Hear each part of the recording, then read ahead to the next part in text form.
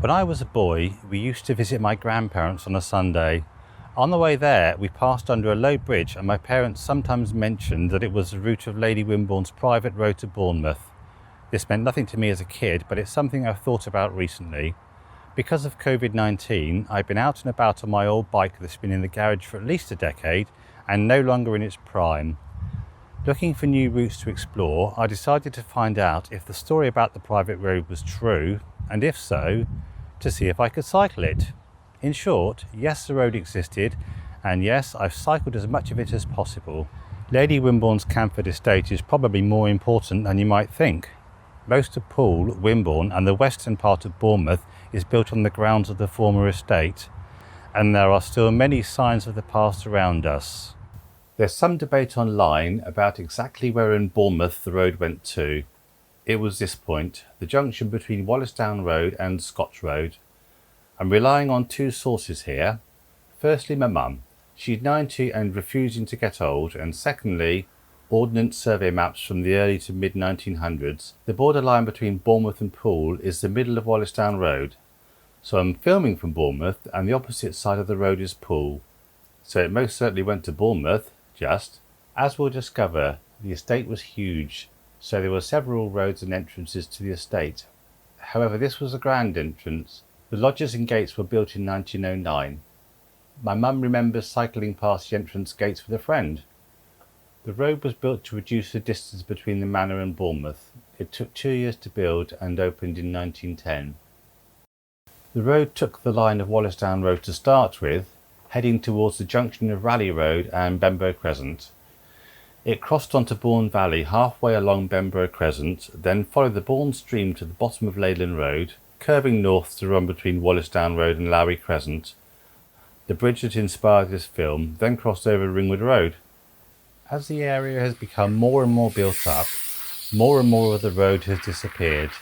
Thankfully, this first section is the only bit where there is virtually nothing left. Nugget number 1. The estate has passed through a lot of hands, including Henry VIII's grubby paws. One of the owners, William Longspeed Jr., granted turbary rights to local people. That's the right to cut turf for fuel, raise animals and hunt for game. The area to my right is called Turbury Common. I grew up around here and I didn't know the origin of the name until now. The estate has changed a lot over the centuries. It used to be all of Wimborne, all of Poole and bits of where Bournemouth was going to be. It's had bits added and bits removed. This brings us neatly to the first stop, the spot where the bridge was that we used to drive under when I was a boy. I remember the bridge well, but I have no memory of it coming down in the 1970s to widen this road. It was quite a low bridge, so traffic used to get stuck under it on a regular basis. Mostly buses and lorries, but one time a tank. So this is the other side of the dual carriageway. The route of the road used to be directly to my right, but that's long since reverted to nature. The nearest we can get to the route is to pop down to Belbourne Road and pick it up later. The road was directly behind the north side of these houses in Belbourne Road, so let's see how close to the original route we can get. So this little bit of road takes us up to where the path used to be. However, what we'll find out is, might be okay if you want to walk, fuck. But if you want to go on a bike, you've got a few problems. So you can follow the route of the road by walking it, but we're going to have to go by the road. Whilst I'm cycling up this road, I'm going to briefly mention the most important people in the story. After all, they did build the road. Nugget number 2. In 1198, the manor was owned by William Longspeed. He was an illegitimate son of Henry II and half-brother to Richard the Lionheart. He met a sudden end, reputedly poisoned, and was the first person to be buried in Salisbury Cathedral. For some reason, his tomb was opened in 1791, and the well-preserved corpse of a black rat containing traces of arsenic was found inside his skull. The rat's now in Salisbury Museum. Make of that what you will. Back to the manor, and in 1848 Sir John Guest purchased the estate plus some other bits of land for £335,000. That's about £40 million today. The family business was the world's biggest ironworks near Merthyr Tydfil. Not sure that he had any local connections, but he did have stacks of cash. and his new estate had the distinct advantage of not being right next to the world's biggest ironworks. His eldest son Ivor inherited the estate in 1852 and 6 years later married one Cornelia Spencer Churchill. Names familiar? Yep, that's the lot that owns Blenheim Palace. Some of the stuffier aristos probably didn't approve of the marriage as the groom was trade, but being trade and filthy rich opens doors for you, like being able to marry the daughter of a duke. Ivor was made Lord Wimborne in 1880, making Cornelia Lady Wimborne. More about her later. Thankfully, this is the end of the built-up bit. I'm glad to get off the road now. I much prefer riding on trails. Please. I've done this route a few times now, and this is really my favourite part. Despite living here all of my life, I've never really explored Canford Heath before making this film, which is a real shame as it's incredibly beautiful. I see a few cyclists, joggers and dog walkers, but mostly I have it all to myself. Overshare. For older gentlemen cyclists who don't want to wear lycra, or their wives have banned them from wearing it, my tip is bamboo underwear. Brilliant. No splinters yet either. Here we go for the cattle grid. Whoa! So back to Lady Cornelia. Two stories here. Story 1, rich aristos having a lovely time, and story 2, rich aristos using their money for the public good. Story 1 simple. They had estates in Dorset, Wales and Scotland, plus their London pad. Lots of socialising and travel. Story 2 is much more interesting. They did a lot of public good with their money, and there's still a lot of signs of that around. Before we get to the story, historical nugget number 3. Winston Churchill was Cornelia's nephew. Aged 18, he was staying at Branxton Dean Chine, which was part of the estate. Him, his cousin and his younger brother were playing a game chasing over a bridge, and rather than get captured, Winston decided to climb over the edge of the bridge with the intention of sliding down one of the pines. He fell, was unconscious for 3 days and nearly died.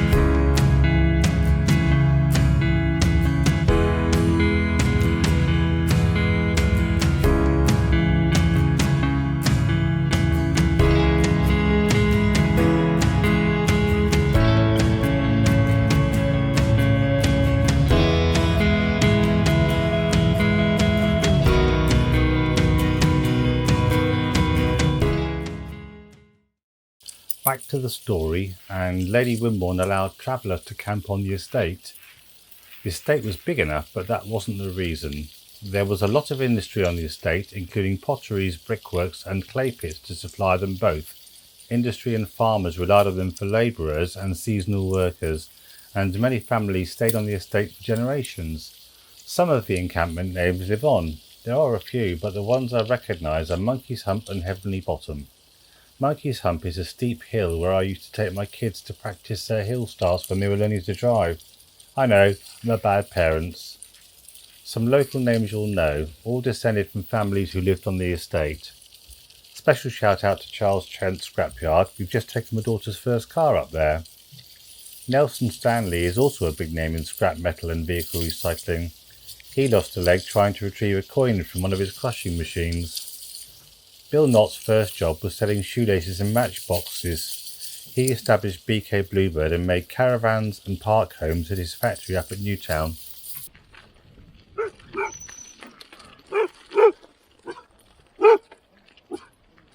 You're right. Like many wealthy Victorians, Ivor and Cornelia believed in using the money to benefit society, not by building one big statement building and naming it after themselves, but by genuinely improving the lives of their tenants and benefiting the town in general. Cornelia did lots of work on her own and saw through projects started by her mother-in-law, Lady Charlotte Guest, both very strong women. Mum-in-law decided to improve the lives of her tenants by building them cottages with all mod cons. In the intro, I talked about visible signs of the estate. The most visible signs are the Lady Wimborne cottages. They built about 111 of them, mostly on Cornelia's watch. These are within 250 metres of my house. They built them literally everywhere, and this has been useful for verifying the estate boundaries. In Poole, you find them randomly scattered, including some in Hamworthy and along the road to Sandbanks. Quite a few properties still have restrictive covenants, including not annoying Lord Wimborne. Here's another sign of the past I see daily, 100 metres from my house. If I lose my cow, Lord Wimborne will tether it right here for me. Who knew? I didn't. I've never actually read the sign before doing this film.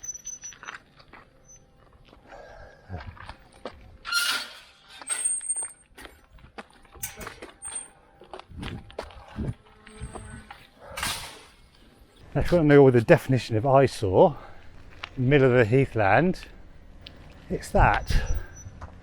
I mean, why?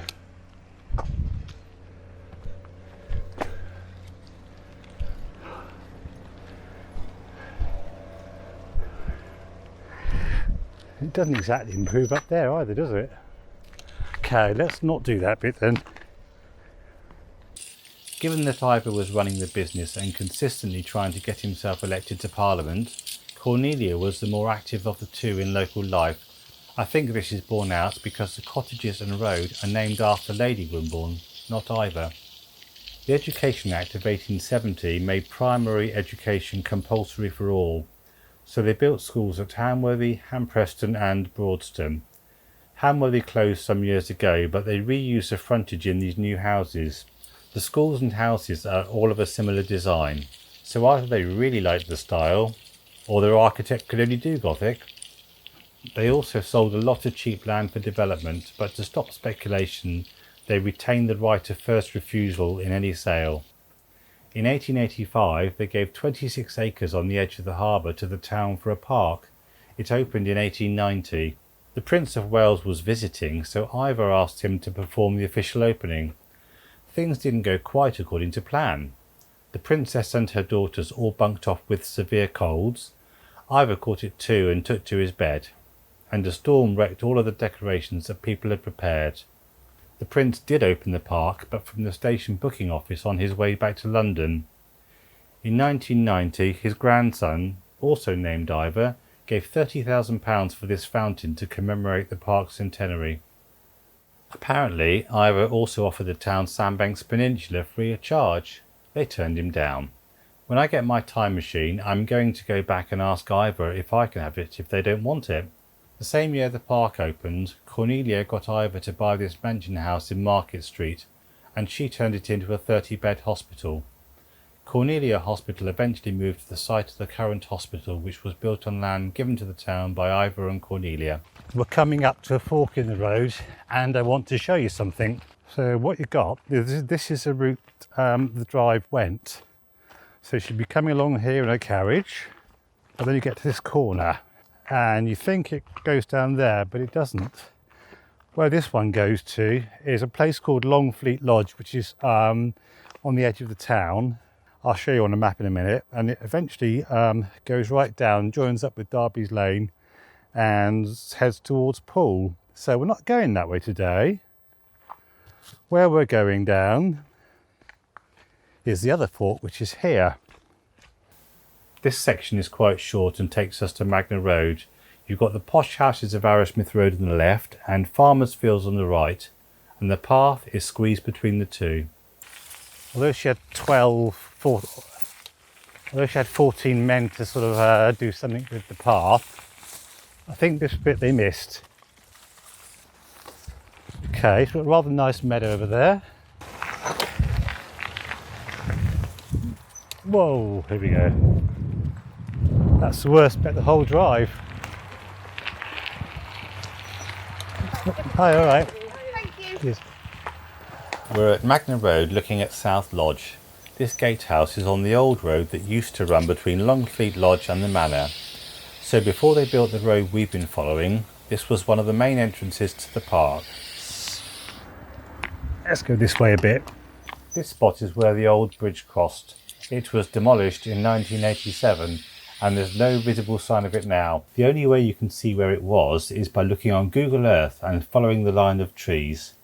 On this graphic, the old route to Longfleet Lodge is on the left in blue and the new road to Bournemouth is on the right.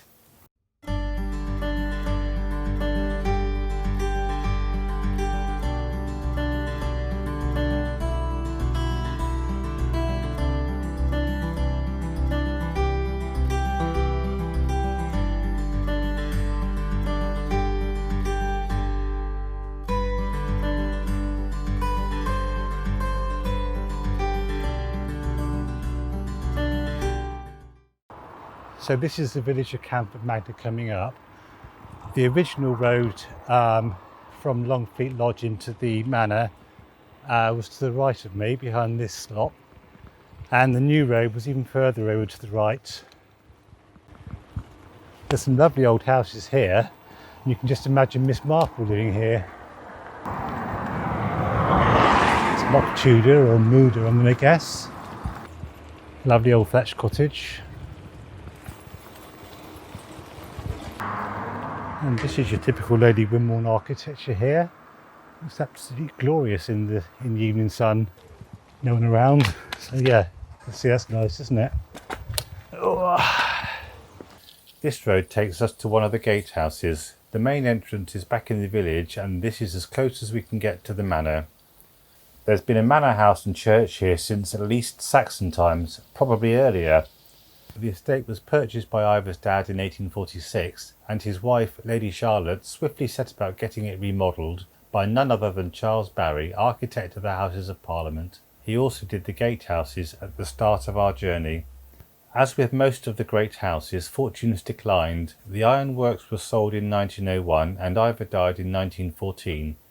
Cornelia stayed on at the manor until 1922 and then downsized to Merley House, selling the unprofitable parts of the estate, including the manor house which became Canford School. She died in 1927. What she didn't know was that an Assyrian frieze on the tuck shop wall that everybody assumed was fake wasn't. It was auctioned in 1994 for £7.7 million, approximately £48 million today. The biggest sale of Canford Manor lands was the area we know as Canford Heath. The borough of Poole paid £7 million in 1973. That's about £85 million today. They developed the land and used some of the profits to part fund the swimming pool, sports centre and the arts centre. I'm never going to call it the lighthouse. It will always be the arts centre to me. Much of the rest of Canford Heath was sold to W.H. White, who run that refuse site we passed earlier. In 1999, Poole bought a chunk of the estate with help from the National Lottery Fund, and it's now a nature reserve. The current 4th Viscount Wimborne is Ivor Guest. They obviously like that name. He's a famous record producer and composer. All right, thank you. I was going to let you have a go through and have a rest, so cheers. The road continues from the manor towards Wimborne. The bridge we are coming up to carried the railway between Wimborne and Hamworthy. It's very near to the gatehouse on Oakley Hill between Wimborne and the Willett Arms. This is my favourite time of day to see the bridge, approaching sunset. The original bridge was replaced by Mum-in-law as she wanted a grand entrance to the estate. Like the house and Wallisdown gatehouses, it was designed by Charles Barry. Him again. While they were about it, they tried to get Wimborne Station built nearer to the estate for their convenience. That didn't happen. The last train crossed in 1977 and it's now a Grade 2 listed building. Apart from the Wallisdown end that's been built on, and the Canford school end that's private, most of the drive is possible to walk, and we've cycled as much of it as we possibly can. Making this film has been very interesting for me. It's been great exploring a childhood memory. I've even got fitter in the process and discovered a lot of good trails to ride. I hope you found it interesting, and thanks for watching.